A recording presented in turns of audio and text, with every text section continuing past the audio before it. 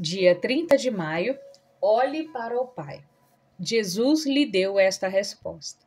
Eu digo verdadeiramente que o filho não pode fazer nada de si mesmo.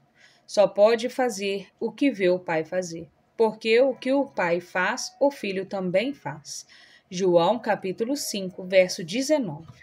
Não há maior exemplo de intimidade relacional com Deus do que a vivida pelo próprio Senhor Jesus. Ele tinha um nível de intimidade profundo com o Pai e era cheio do Espírito Santo.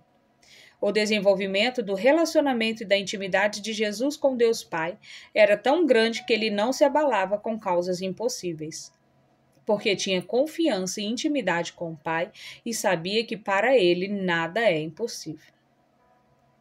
Desenvolver intimidade com o Pai não era só um privilégio de Jesus, mas ele foi o primeiro a tê-lo. Ele abriu o caminho para dar a todos a oportunidade de também viver assim. Dessa forma, para ter intimidade com o Senhor em sua vida, separe um tempo do dia para orar e ler a Bíblia. Conviva com pessoas maduras na fé que oram, e assim você verá que quanto mais busca Deus, mais capacitado estará para compreender e fazer a vontade dele. A oração é o meio mais democrático de falarmos com Deus. Não me importa a classe social, os gostos pessoais ou as opiniões. Todos temos o direito de expressar por meio da oração o que estamos sentindo, e Deus ouve cada uma das nossas palavras. Deus Pai está totalmente disponível para você. Ele espera ter conversas diárias com você. Então, desenvolva uma vida de oração com o Pai, para que sua oração deixe de ser um monólogo e passe a ser um diálogo com o Pai eterno. A oração é para todos, mas nem todos são para a oração. Leitura bíblica, 1 Coríntios, capítulo 15. A ressurreição de Cristo. Agora, irmãos, quero que lembrem do evangelho que eu anunciei a vocês, o qual vocês aceitaram e no qual continuam firmes. A mensagem que anunciei a vocês é o evangelho por meio do qual vocês são salvos se continuarem firmes nele, a não ser que não tenham adiantado nada vocês crerem nele. Eu passei para vocês o ensinamento que recebi e que é da mais alta importância. Cristo morreu pelos nossos pecados, como está escrito nas Escrituras Sagradas. Ele foi sepultado e ao terceiro dia foi ressuscitado, como está escrito nas Escrituras. E apareceu a Pedro e depois aos 12 apóstolos. Depois apareceu de uma só vez e mais 500 seguidores, dos quais a maior parte ainda vive, mas alguns já morreram. Em seguida, apareceu a Tiago e mais tarde a todos os apóstolos. Por último, depois de todos, ele apareceu também a mim, como para alguém nascido fora de tempo. De fato, eu sou o menos importante dos apóstolos e até nem mereço ser chamado de apóstolo, pois persegui a igreja de Deus. Mas pela graça de Deus, sou o que sou, e a graça que ele me deu não ficou sem resultados. Pelo contrário, eu tenho trabalhado muito mais do que todos os outros apóstolos. No entanto, não sou eu quem tem feito isso, e sim a graça de Deus que está comigo. Assim, não importa se a mensagem foi entregue por mim ou se foi entregue por eles. O importante é que foi isso que todos nós anunciamos, e foi nisso que vocês creram. A nossa ressurreição. Se a nossa mensagem é que Cristo foi ressuscitado, como é que alguns de vocês dizem que os mortos não vão ressuscitar? Se não existe a ressurreição de mortos, então quer dizer que Cristo não foi ressuscitado. E se Cristo não foi ressuscitado, nós não temos nada para anunciar e vocês não têm nada para crer. E mais ainda, nesse caso estaríamos mentindo contra Deus porque afirmamos que ele ressuscitou Cristo. Mas se é verdade que os mortos não são ressuscitados, então Deus não ressuscitou Cristo. Porque se os mortos não são ressuscitados, Cristo também não foi ressuscitado. E se Cristo não foi ressuscitado, a fé que vocês têm é uma ilusão, e vocês continuam perdidos nos seus pecados. Se Cristo não ressuscitou, os que morreram crendo nele estão perdidos. Se a nossa esperança em Cristo só vale para esta vida, nós somos as pessoas mais infelizes deste mundo. Mas a verdade é que Cristo foi ressuscitado e isso é a garantia de que todos os que estão mortos também serão ressuscitados. Porque assim como por meio de um homem veio a morte, assim também por meio de um homem veio a ressurreição. Assim como, por estarem unidos com Adão, todos morrem, assim também, por estarem unidos com Cristo, todos ressuscitarão. Porém, cada um será ressuscitado na sua vez. Cristo primeiro de todos, depois os que são de Cristo quando ele vier, e então virá o fim. Cristo destruirá todos os governos espirituais, todas as autoridades e poderes, e entregará o reino a Deus, o Pai. Pois Cristo tem de reinar até que Deus faça com que ele domine todos os inimigos. O último inimigo que será destruído é a morte. As Escrituras Sagradas dizem: Deus pôs todas as coisas debaixo do domínio dele. É claro que dentro das palavras, todas as coisas, não está o próprio Deus que põe tudo debaixo do domínio de Cristo.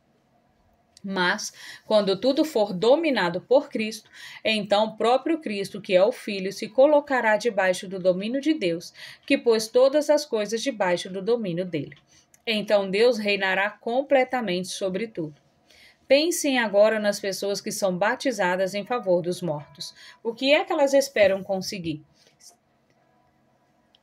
Se os mortos não são ressuscitados, por que é que essas pessoas se batizam em favor deles? E quanto a nós, por que é que nós nos colocamos em perigo a toda hora? Irmãos, eu enfrento a morte todos os dias. Se afirmo isso é pelo orgulho que tenho de vocês, pois estamos todos unidos com Cristo Jesus, o nosso Senhor. Aqui em Éfeso eu lutei contra inimigos como se lutasse contra animais selvagens. E se fiz isso somente por interesses humanos, o que foi que eu consegui com isso? Se é verdade que os mortos não são ressuscitados, façamos o que diz o ditado: comamos e bebamos, porque amanhã morreremos. Não se engane, as más companhias estragam os bons costumes. Comecem de novo a viver uma vida séria e direita e parem de pecar. Para fazer com que vocês fiquem envergonhados, eu digo o seguinte: alguns de vocês não conhecem a Deus. A ressurreição do corpo. Mas alguém perguntará: como é que os mortos são ressuscitados? Que tipo de corpo eles vão ter? Seu tolo, quando você semeia uma semente na terra, ela só brota se morrer. E o que foi semeado é apenas uma semente, talvez um grão de trigo ou outra semente qualquer, e não o corpo já formado da planta que vai crescer. Deus dá a essa semente o corpo que ele quer e dá a cada semente um corpo próprio. E a carne dos seres vivos não é toda do mesmo tipo. Os seres humanos têm um tipo de carne, os animais outro, os pássaros outro e os peixes ainda outro. Há também corpos do céu e corpos da terra. Existe um tipo de beleza que pertence aos corpos celestes e há outro que pertence aos corpos terrestres. O sol tem seu brilho próprio, a lua outro brilho, as estrelas têm um brilho diferente e o mesmo as estrelas têm diferentes tipos de brilho. Pois será assim quando os mortos ressuscitarem.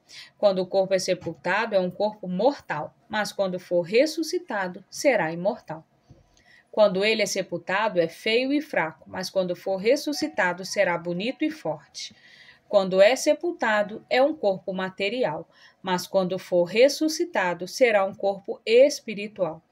É claro que se existe um corpo material, então tem de haver também um corpo espiritual. Porque as Escrituras Sagradas dizem: Adão, o primeiro homem, foi criado como ser vivo, mas o último Adão, Jesus Cristo, é o Espírito que dá vida. Não é o espiritual que vem primeiro, mas sim o material, pois é que vem o espiritual. O primeiro homem foi feito do pó da terra, segundo veio do céu. Os que pertencem à terra são como aquele que foi feito do pó da terra. Os que pertencem ao céu são como aquele que veio do céu. Assim como somos parecidos com o homem feito do pó da terra, assim também seremos parecidos com o homem do céu. Meus irmãos, o que eu quero dizer é isto: o que é feito de carne e de sangue não pode ter parte no reino de Deus, e o que é mortal não pode ter a imortalidade. Escutem bem este segredo: nem todos vamos morrer, mas todos nós vamos ser transformados no instante, num abrir e fechar de olhos, quando tocar a última trombeta.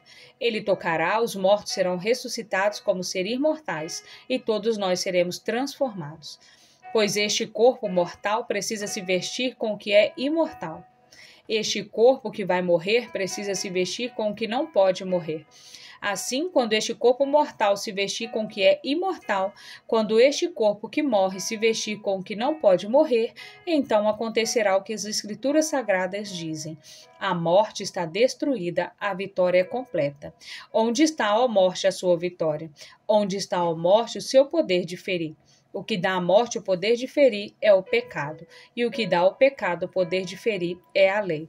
Mas agradeçamos a Deus que nos dá a vitória por meio do nosso Senhor Jesus Cristo.